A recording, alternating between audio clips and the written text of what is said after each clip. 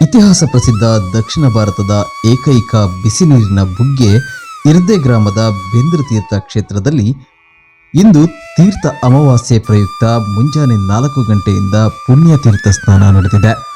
ಪುತ್ತೂರು ತಾಲೂಕಿನ ಇರ್ದೆ ಸೀರೆಹೊಳೆ ಬದಿಯಲ್ಲಿ ಹಚ್ಚ ಹಸಿರಿನಿಂದ ರಾರಾಜಿಸುತ್ತಿರುವುದು ಇದೊಂದು ಪ್ರಕೃತಿ ಸಹಜವಾದ ಬಿಸಿ ನೀರಿನ ಚಿಲುಮೆಯಾಗಿದೆ.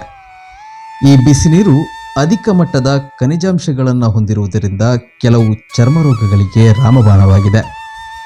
ಧಾರ್ಮಿಕವಾಗಿಯೂ ಈ ತೀರ್ಥ ಮಹತ್ವ ಪಡೆದಿದ್ದು ಇರ್ದೆ ಶ್ರೀ ವಿಷ್ಣುಮೂರ್ತಿ ದೇವಾಲಯಕ್ಕೆ ನಿಕಟ ಸಂಬಂಧ ಇರುವುದರಿಂದ ಹಿಂದೂಗಳ ಪಾಲಿಗೆ ಇದು ಅತ್ಯಂತ ಪುಣ್ಯ ಶ್ರದ್ಧಾ ಕೇಂದ್ರವಾಗಿದೆ.